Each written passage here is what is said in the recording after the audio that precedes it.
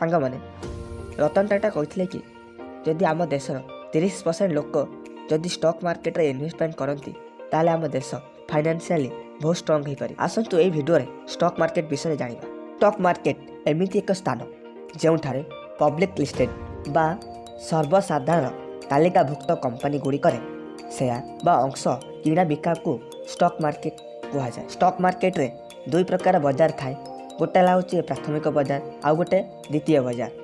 प्राथमिक बाजार क्या कह जाए?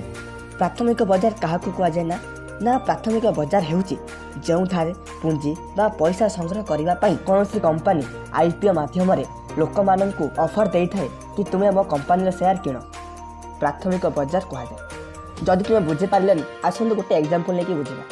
सपोज तुम्हें भाभी नियो मु एक्स नामक एक कंपनी खोली, किछि दिन मध्य से कंपनी रे बहुत प्रॉफिट है, मु आहरी प्रॉफिट कमाई हेले मते कंपनी को बड़ करने को पड़ो। से मते दरकार 50 लाख टंका, किंतु से 50 लाख टंका मो पाखरे नाही। से मु कौन कली ना बड़ बड़ जो इन्वेस्टर माने अछंती सेमानक पाखु गली पैसा मागिया पाई, आउ सेमाने मते जो पैसा देबे से तो फ्री रे देबेनी। सेथिपाई सेमाने मो कतुरु मो कंपनी शेयर रखिबे। भाबि नियो गोटे इन्वेस्टर मो कतुरु 10% शेयर बदल रे 50 लाख टंका देला, मु से पैसा को लेकिन मो कंपनी को बड़ कली।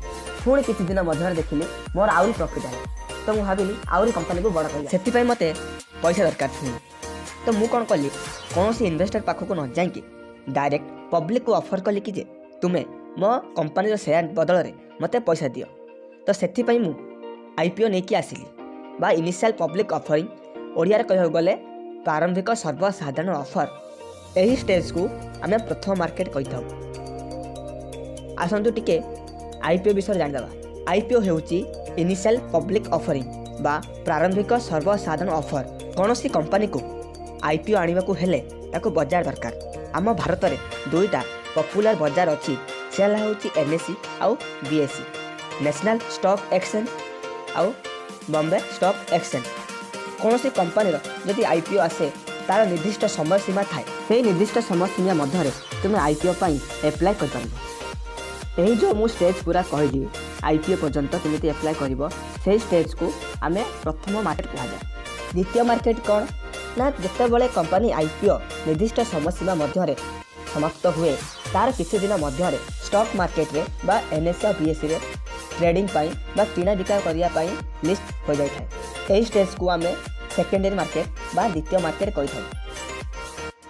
आशा करूची मु तुमे एपर्यंत बुझी पारिथि। जदि बुझी पारिनो आउ थरे वीडियो को देखिनी। एठी तुमे पैसा निवेश करिके केमिति इनकम करिवो आसन गोटे एग्जांपल ले मु कहूची। तुमे वाई नामक एक कंपनी रे 10टा शेयर 100 टंका हिसाब रे 1000 टंका देके किनिलो। किछि दिन परे एहार मूल्य 100 टंका रु बढ़िकी 120 टंका हो जाइछि। सेही समय रे सेही 10टा शेयर को 120 टंका हिसाब रे 1200 टंका रे बिक्री कर देला। एठी तुमे 1000 टंका इन्वेस्टमेंट करथिलो, ले 1200 माइनस 1000 हैला केते टंका? 200 टंका तुम प्रॉफिट। तो सेही जो 200 टंका हला तुमर लाभ। आ गोटे प्रकार अछि पैसा इनकम करिया पे। तुमे कोनोसी कंपनी रो 10टा शेयर को किनिकी तुम पाखे रखिलो बहुत दिन पाई।